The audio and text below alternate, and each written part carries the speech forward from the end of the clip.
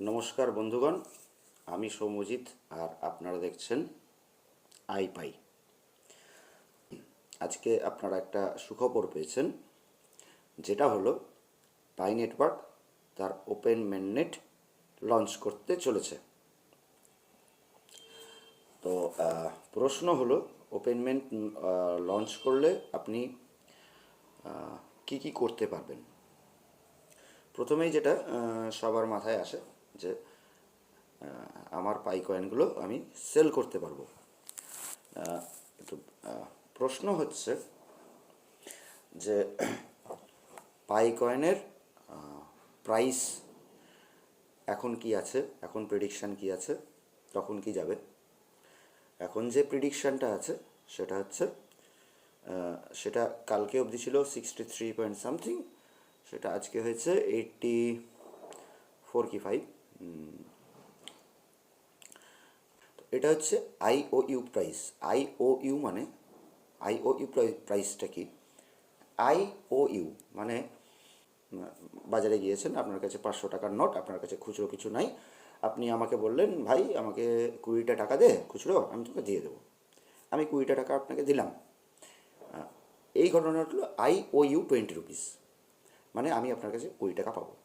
তো যে কয়েনগুলো আইওইউ মানে আমি আমার কোনো বন্ধুকে বলে রাখলাম যে তুই আমার কাছ থেকে আমি তোকে 50 পাই দেবো, তো তুই আমাকে টাকাটা দে। এই যে প্রাইসটা এখন, যে আমি তোকে এত টাকা দিয়ে রাখছি, কিন্তু যখনই সম্ভব হবে তুই আমাকে, যখনই তোর মেন নেট লঞ্চ করবে তখন তুই আমাকে ওই সংখ্যার পাইটা আমাকে দিয়ে দিবি। সেই আইওইউ প্রাইস এখন চলছে 83। মানে ওপেন মেন নেট লঞ্চ করার সঙ্গে সঙ্গে যে এক্স্যাক্ট সেম প্রাইস থাকবে এমন নয়। প্রথমে একটা সার্জ হবে, মানে যেমন আজকে একটা সার্জ হয়েছে এই কারণে যে আজকে অ্যানাউন্সমেন্টটা হয়েছে যে ওপেন মেন নেট লঞ্চ করছে। আবার একটা সার্চ হবে যেদিনকে অরিজিনালি ওপেন হয়ে যাবে, এবং যারা প্রত্যাশী, পাই কয়েনের যারা প্রত্যাশী, যারা বসে আছে পাই কয়েন কিনবে বলে, তারা একটা হুজুগে একটা দাম বেশি দেওয়ার চেষ্টা করবে। এখন ব্যাপার হচ্ছে যে একটা প্রিডিকশন আছে যে মান্থ বাই মান্থ এটা বাড়বে, প্রত্যেক ইয়ারেই নিয়ারলি $100 করে এই পাইটা বাড়তে বাড়তে 2030 গিয়ে কি 31 গিয়ে নিয়ারলি এটা $500 পার কয়েন হবে। এটা নির্ভর করে কিসের ওপর, যে এটা হবে কি না। আমরা তো সবাই জানি যে ব্যবসা মানে হচ্ছে সাপ্লাই অ্যান্ড ডিম্যান্ড। মানে বাজারে বাজারে একদম আলু নেই, আলুর খদ্দের ঘুরছে, তার মানে সেটার দাম, আলুটার দাম বেশি হবে, ব্ল্যাক হবে। আর যদি প্যাকেটের পর প্যাকেট আলু ঢুকে যায় এবং যদি খরিদ্দার না থাকে, তাহলে সে আলুটা নাও নাও নাও নাও করবে। তখন 20 টাকার মাল, ঠিক আছে 20 টাকার মাল আমি আপনাকে 15 টাকায় দিয়ে দিলাম। তো এই ডিম্যান্ড আর সাপ্লাই, এটার উপর নির্ভর করে কোনো কিছুর দাম, এনিথিং কোনো কিছুর, যে কোনো কিছুর দাম depends on supply and demand. তো এই মুহূর্তে যেহেতু পাইয়ের ডিম্যান্ড আছে কিন্তু সাপ্লাই নাই, সেহেতু এটা দেখা যাচ্ছে 83। যে মুহূর্তে এটা ওপেন হবে সেই মুহূর্তে হাই ডিম্যান্ড এবং হাই সাপ্লাই, তার মানে হাই ডিম্যান্ডের জন্য এটার প্রাইস বাড়বে, এবং সাপ্লাইটা হওয়ার সঙ্গে সঙ্গে যত সাপ্লাই হতে শুরু করবে এটার প্রাইসটা পড়তে শুরু করবে, কারণ ডিম্যান্ড মিটে যাচ্ছে লোকের। নেওয়ার সঙ্গে সঙ্গেই তারা যখন একটা হাত থেকে একটা হাতে বদলে যাচ্ছে, তার মানে ডিম্যান্ডগুলো সব মিট করছে, এক এক করে ডিম্যান্ডগুলো কমতে শুরু করছে। আমি যখন পেয়ে গেলাম, আমি এখন 80 টাকা দিয়ে কিনবো বলছি, যখন পেয়ে গেলাম আমার ওটার মূল্য আমার কাছে আর কিছু থাকলো না। আরেকজন যখন পেয়ে গেল তার কাছে কিছু থাকলো না। যখন সাপ্লাই আর ডিম্যান্ডটা যখন প্যারালাল হয়ে যাবে তখন তার দামটা একটু কমবে। এখন বাড়বেও কি রেটে, কি কম রেটে, সেটা মোটামুটি একটা ধারণা যেটা আছে, সেটা যেহেতু এটা এক্সপার্টদের ধারণা, অতএব সেইভাবেই বাড়বে। কিন্তু অনেক সময় অনেকটা ফল করবে, অনেক সময় অনেকটা গ্রো করবে, অ্যাভারেজটা ওইটা থাকবে। এখন সবাই তো অনেকের লক পিরিয়ডে আছে। আপনারা যারা পাই মাইনিং করছেন তারা জানেন বেশিরভাগেরই কারো 100%, কারো 90%, কারো 75%, কারো 50%, কারো 25% লক পিরিয়ডে আছে। তার মানে লক পিরিয়ড মানে আপনারা এটা বিক্রি করতে পারছেন না। তার জন্য এই যে লক পিরিয়ডে রাখার কারণটা কি, ধরুন ওপেন মেননেট হওয়ার পরেও এক্সচেঞ্জে যেমন ওকে এক্স বলে একটা এক্সচেঞ্জ আছে, তারা আজকে থেকেই পাই পারচেস ওপেন করে দিয়েছে, তারা আজকে থেকেই পাই পারচেস করবে। বিটগেট, বিটগেট আমি আপনাদের দেখাচ্ছি। বিটগেট একটা আইওইউ প্রাইস দিয়ে রেখেছে এবং এরা অ্যানাউন্সও করে দিয়েছে যে 20th থেকে এরা পাইকয়েন পারচেস করবে। পারচেজের অনেক রকম উপায় হয়। একটা হচ্ছে এক্সচেঞ্জে গিয়ে আপনি বিক্রি করতে পারেন, পিয়ার টু পিয়ার বিক্রি করতে পারেন, লোকাল এক্সচেঞ্জে বিক্রি করতে পারেন, মানে যেমন এখানে ওয়াজির এক্স, তারপর কয়েন ডিসি এক্স এরা আছে, এখানেও আপনি বিক্রি করতে পারেন তারা যদি পারচেজ ওপেন করে। এরকম নানা রকম উপায় আছে। তবে পাইয়ের ক্ষেত্রে যেটা হচ্ছে, পাইয়েরটা আপনি আরও অনেক জায়গায় আজ পর্যন্ত যেটা কেউ করেনি সেটা হচ্ছে একটা স্টেবল ইকোসিস্টেম। মানে আপনার কাছে বিটকয়েন থাকলে অন্তত ভারতবর্ষে আপনি বিটকয়েনটা দিয়ে জামা প্যান্ট নিতে পারবেন না, কিন্তু এই ইকোসিস্টেমটাই পাই আনার চেষ্টা করছে যে আপনার এটা যাতে যেমন ইউটিলিটি কয়েনে হয়, ইউটিলিটি কয়েনে আপনি গেম খেলতে পারেন, আপনি ওই টাকা লাগানো কোনো গেমে টাকা লাগানো বা যেগুলো হয় ওই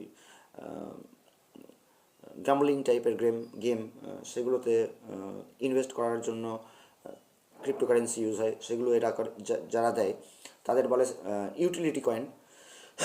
এই ইউটিলিটিটা আজ পর্যন্ত ওই গেম বা গেম খেলা বা টোকেন পারচেজ এসবই ছিল, কিন্তু এটা আজকের দিনে দাঁড়িয়ে যেটা পাই চেষ্টা করছে সেটা হচ্ছে জেনারেল মার্কেটে আসা। ফিয়েট কারেন্সি দিয়ে আপনি যেগুলো কিনতে পারেন, ক্রিপ্টো কারেন্সি দিয়েও অ্যাটলিস্ট পাই কয়েন দিয়ে আপনি সেগুলো কিনতে পারবেন। এটার জন্য একটা হোল্ড করার, লক আপ পিরিয়ডে রাখার এটাও একটা কারণ। কিন্তু সবচেয়ে বড় যে কারণটা সেটা হচ্ছে, যদি কেউ ধরুন ওপেন হওয়ার সঙ্গে পাই কয়েন বিক্রি করলো না, তাহলে কি হবে? তাহলে যে কটা হবে সেটা হচ্ছে price stability and potential increase. মানে আপনার প্রাইসটা স্টেবল থাকবে, ডিম্যান্ড তৈরি হয়েছে মার্কেটে, আপনার কাছে সাপ্লাই করার মতো পাই কয়েন আছে কিন্তু আপনি সাপ্লাই করছেন না, তাহলে ডিম্যান্ডটা ফিক্সড থেকে গেল, ডিম্যান্ডটা পড়ছে না, মানে প্রাইসটা থেকে গেল। শুধু প্রাইসটা থেকে গেল না, ডিম্যান্ড আরও বাড়বে। আপনি যদি না দেন, যে ডিম্যান্ড করছে তার ডিম্যান্ডটা আরও বাড়বে, অতএব সে তখন বলবে আচ্ছা ঠিক আছে ভাই, আরও 2 টাকা দিচ্ছি দে, আরও 5 টাকা দিচ্ছি দে। তার মানে এটা স্টেবিলিটির সাথে সাথে এর প্রাইসটা বাড়তে শুরু করবে। তাছাড়া কী হবে? মার্কেট কনফিডেন্স, মানে যারা পারচেজার তারা মনে করবে, তারা বুঝতে পারবে যে এরা বিক্রি করছে না কেন, তার মানে এটা থাকলে পরে সেটা খুব স্টেবল মানি, যার জন্য ও দিতে চাইছে না। যদি আপনার ভয় থাকে কালকে কি হবে, আমি টাকাটা এটা বিচেই দিই, তার মানে কি এটাতে কনফিডেন্স লেভেলটা, মানে কনফিডেন্স স্ট্যাটাসটা কমে যায়। কয়েনের কনফিডেন্স স্ট্যাটাসটা, মানে আজ পর্যন্ত বিটকয়েন 100 জনের মধ্যে 50 জন ভাববে বিটকয়েন না বিটকয়েন আমি রেখে দেবো, তার কারণ এটার দাম আরও বাড়বে। এটা হচ্ছে 50% কনফিডেন্স। আর 50% লোক ভাববে যে না আজকে ভালোই তো দাম উঠেছে, তো মাঝখানে পড়ছিল আবার বিক্রি করে দিই। এটা হচ্ছে 50% লো কনফিডেন্স। তো এই কনফিডেন্স, কয়েনের কনফিডেন্স স্ট্যাটাসটা বেড়ে যাবে। আর কি হবে? Liquidity issue. লিকুইডিটি ইস্যু মানে একটা চলতি ব্যাপার থাকে যে কয়েন মানে যেহেতু এটা আপনি কেউ যদি না দেয়, লিকুইডেশনে যদিও টোটাল আর্নিংয়ের 5% দেওয়া আছে, তবুও যদি কেউই না দেয় তাহলে ওইটুকু দিয়ে 5% দিয়ে তো আর মার্কেটের চাহিদা মেটানো যায় না। তাহলে এই যে লিকুইডিটি ইস্যু হয়ে যাবে, মানে এটা কি করে রান করবে এটা নিয়ে মানুষের মধ্যে দ্বন্দ্ব থাকবে। কারণ আপনি কাউকে সাপ্লাই করছেন না, আপনি শিওর না যে সাপ্লাইটা ঠিক মতো হয় কি না, যে পারচেস করছে সেও আপনি আপনি দিচ্ছে না বলে সে পারচেস করতে পারছে না, সেও শিওর হতে পারছে না এটা স্মুথ ট্রানজাকশন হয় কি না। তো এই লিকুইডেশনের এই যে ব্যাপারটা, রোলিং ব্যাপারটা, আপনি চেক করে দেখলেন যে আমি দুটো পাই পাঠাই, দেখি তো জিনিসটা কী করে করে, এটাতেও অন্তত কিছু লিকুইড হবে এবং লিকুইডেশনের যে ইস্যুটা সেটা কেটে যাবে। অন্তত 2-5 পাই, 2-10 পাই, এটা আপনাকে বিক্রি করতেই হবে।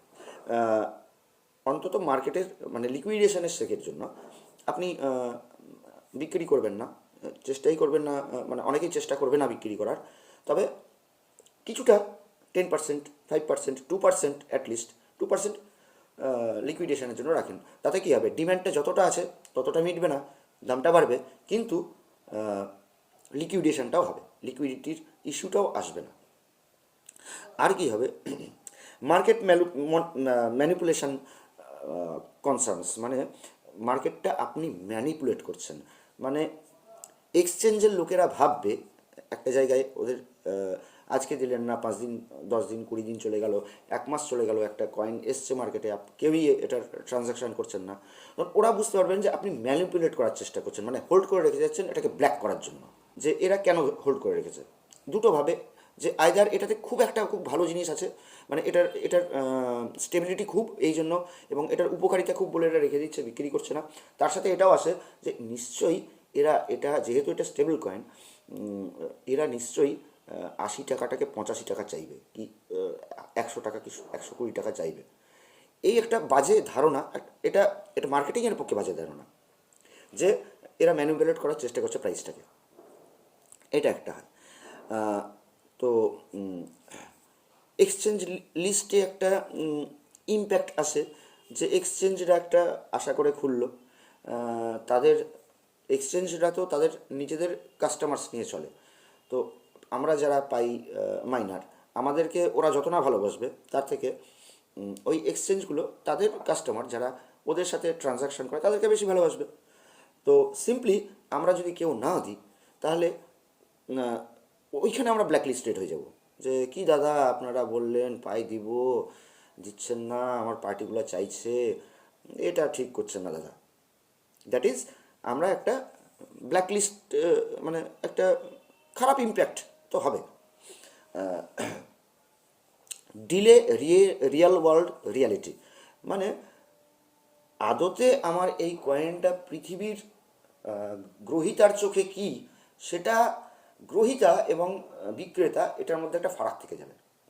মানে যে বিক্রেতা সে ভাববে না আমি পাই কয়েন করি ভাই, আমাদের স্টেবিলিটি আছে, আমাদের নিজস্ব মার্কেট আছে, কেন বিক্রি করতে যাব।